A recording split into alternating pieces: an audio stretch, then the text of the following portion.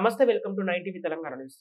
నిజామాబాద్ జిల్లా బోధన్ పట్టణంలోని ఇందూరు కాలేజీ యాజమాన్యం ఆధ్వర్యంలో సంక్రాంతి సంబరాలు అంగరంగ వైభవంగా నిర్వహించారు.